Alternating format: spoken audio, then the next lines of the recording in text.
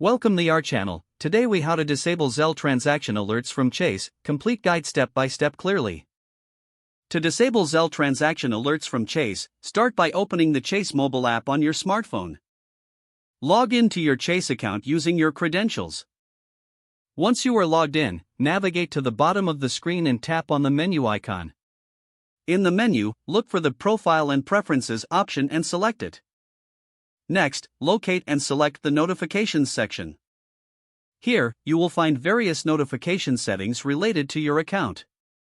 Scroll down until you see the Zelle option. Tap on the Zelle option to enter its notification settings. You will now see a list of different alert types related to Zelle transactions. Find the Transaction Alerts setting and toggle it off. After toggling it off, confirm your choice if prompted. Once you have successfully disabled the transaction alerts, exit the settings. Finally, you can return to your home screen in the app to complete the process. Remember, changes may take a few moments to take effect. If the page does not load, refresh the browser or try again in a private or incognito window.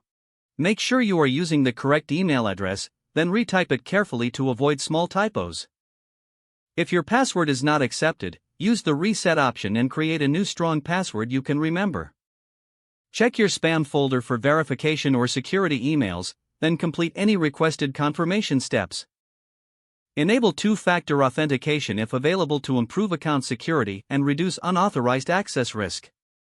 After signing in, review your profile details so your contact information and settings are accurate and current. If you see an error message, note it down and try again after restarting your device and internet connection. Log out when you finish, especially on shared devices, to keep your account and payment information secure. If the page does not load, refresh the browser or try again in a private or incognito window. Make sure you are using the correct email address, then retype it carefully to avoid small typos. If your password is not accepted, use the reset option and create a new strong password you can remember. Check your spam folder for verification or security emails, then complete any requested confirmation steps. Enable two-factor authentication if available to improve account security and reduce unauthorized access risk. After signing in, review your profile details so your contact information and settings are accurate and current. Don't forget to like this video and subscribe to our channel for more step-by-step tech guides.